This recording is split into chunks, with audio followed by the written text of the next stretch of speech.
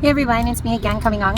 I'm going to be in this beautiful setting. It is a park here in Toronto, but I figured since it's a beautiful day, I would do this higher self conversation in the park. And I do have my trusty board to help out. And you can hear the birds, but there are still going to be some cars, so I do apologize.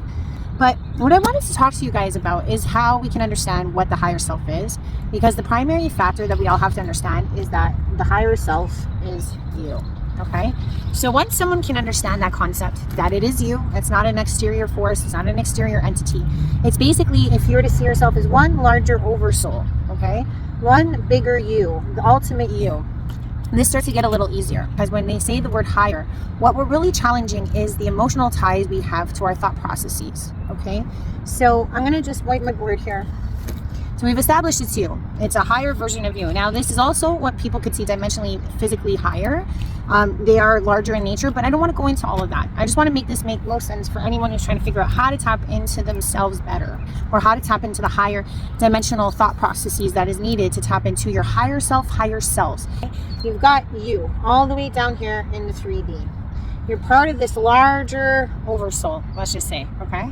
And what happens is that you are run by the chakra system, and let's just use the heart is the epicenter of all the chakras and all of your, what I would call your stream, okay?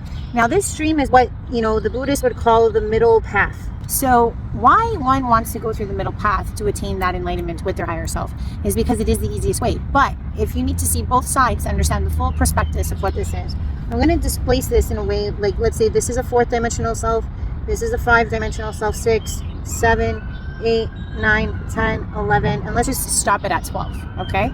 There are more, but let's just keep it basic. Let's say this is the side of light, and this is the side of night.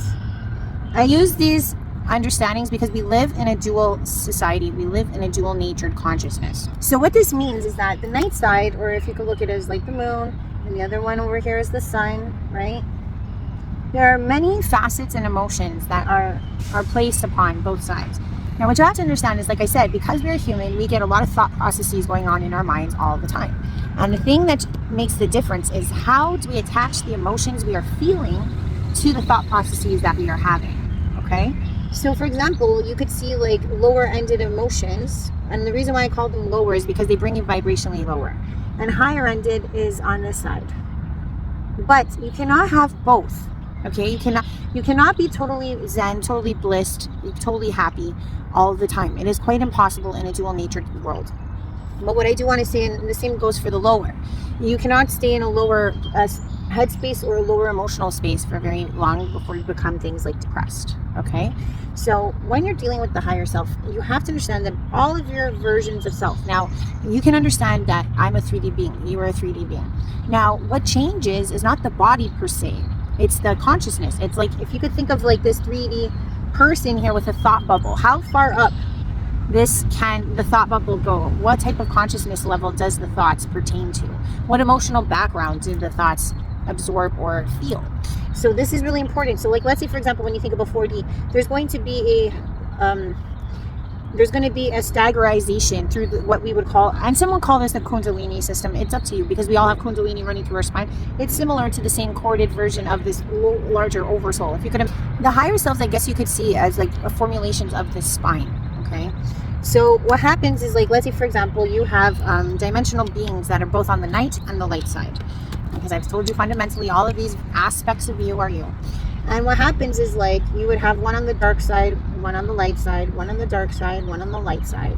And how you can discriminate between where your consciousness is going is quite easily found when you deal with these things truly based through emotion. Now, why it is important to focus on the heart is because the heart is the epicenter of all emotions.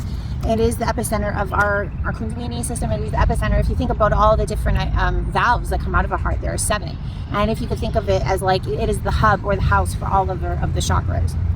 When you are going through the middle way, like I said, you're going to be working solely through the heart. And what you have to understand is what controls all of this, night or light, is love. Okay, so we talked about part 1. We're going to be moving to part 2. And I have a part 3 to this. But I broke it up just to make it easier for everyone to understand. So catch me on part 2 and 3, and you'll have an easier time connecting with your higher self and oversoul. Catch you there.